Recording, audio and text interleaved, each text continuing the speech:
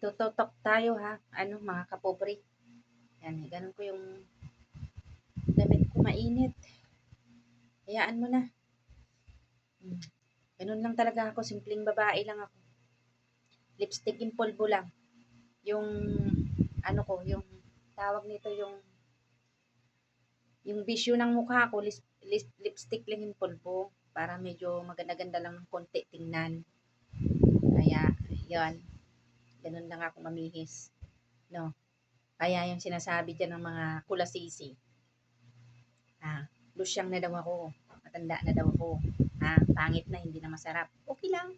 Sige lang, paniguro. Kayo na yung masarap. Ano man problema mo kung matanda na ako? Huwag mo akong problemahin. Yung sarili mo problemahin mo kung paano mo pagandahin para makahakot ka ng maraming lalaki mo. Huwag mo ako intindihin. Yung sarili mo intindihin mo. Okay lang to ako. Sanay na ako dyan. Matagal na akong alam ko na yung sarili ko. Sarili mo intindihin mo. Pagandahin mo, Pagandahin mo yung sarili mo. Mag-ano ka. Magdami ka ng ano dyan sa mukha mo. Kung ano yung lagay mo dyan sa mukha mo para makahakot ka ng marami mong kakabitin. Marami mong kakabitin. Kaya, gulang, sige lang. Paniguro. Diba? Huwag mo akong tutulad sa'yo. Mabango ka, sexy ka. Bata ka. Bulok naman ang loob mo. Diba? Ako okay lang to. At least isang tao lang tutok-tsakan ko. Asawa ko lang. Ikaw. Nako. Kaya bago magsalita kasi tingnan mo muna yung sarili ko.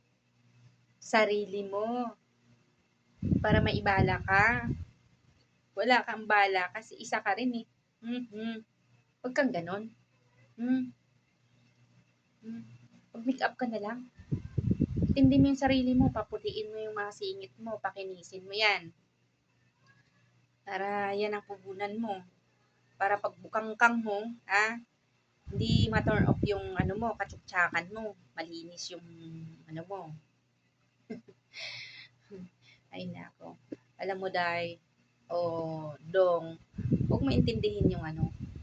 Huwag mo intindihin yung sarili ng mga maayos naman o matitino naman ng konti. Hindi ko sabihin na matino ako talaga, hindi. Konti lang. Kasi mahirap yung mag-ansa ka ng lamisa mo na baka naman sa tingin ng ibang tao, hindi totoo. Konti lang. Bahala na mga husgayan, basta alam ng Diyos natin kung ano yung klaseng tao ako o babae. Di ngayon, ganito.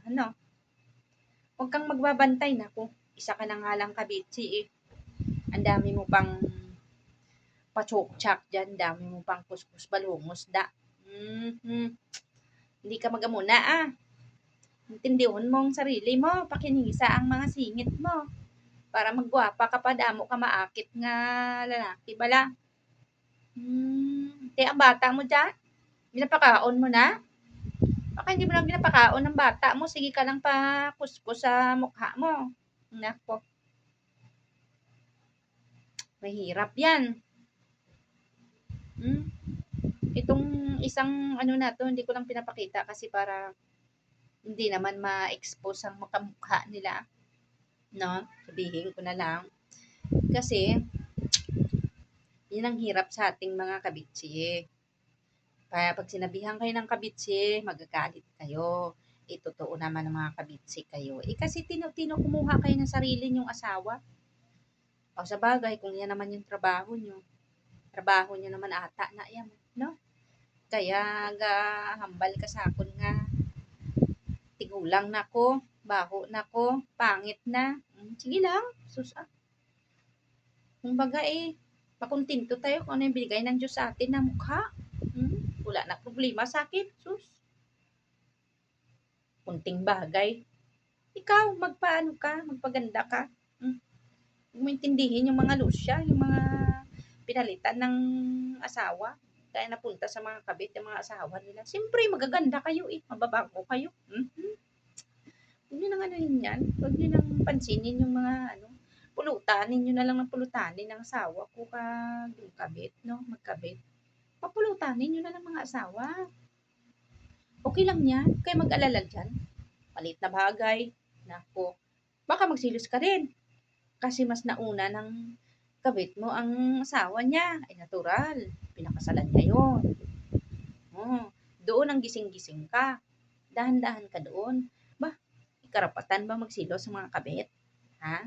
Natural na iyan, magantay ka kung saan anong oras ang uwi isang lalaki sa'yo. Siyempre kung tumagal man yan o bukas pa yan pupunta sa'yo, isang linggo pa, siyempre unahin niya yung asawa niya yun eh. Ano ka ba niya? Ha? Ano kanya? Naku, dandan ka nga dyan, wag ka nga dyan. Nalalaman ka pang silos-silos. Parang may karapatan ka magsilos ah. Kain ka ba ng saging oh? Saging ba nakagpaksiw? Ha? Magtatanga-tanga. Lutok lang yan.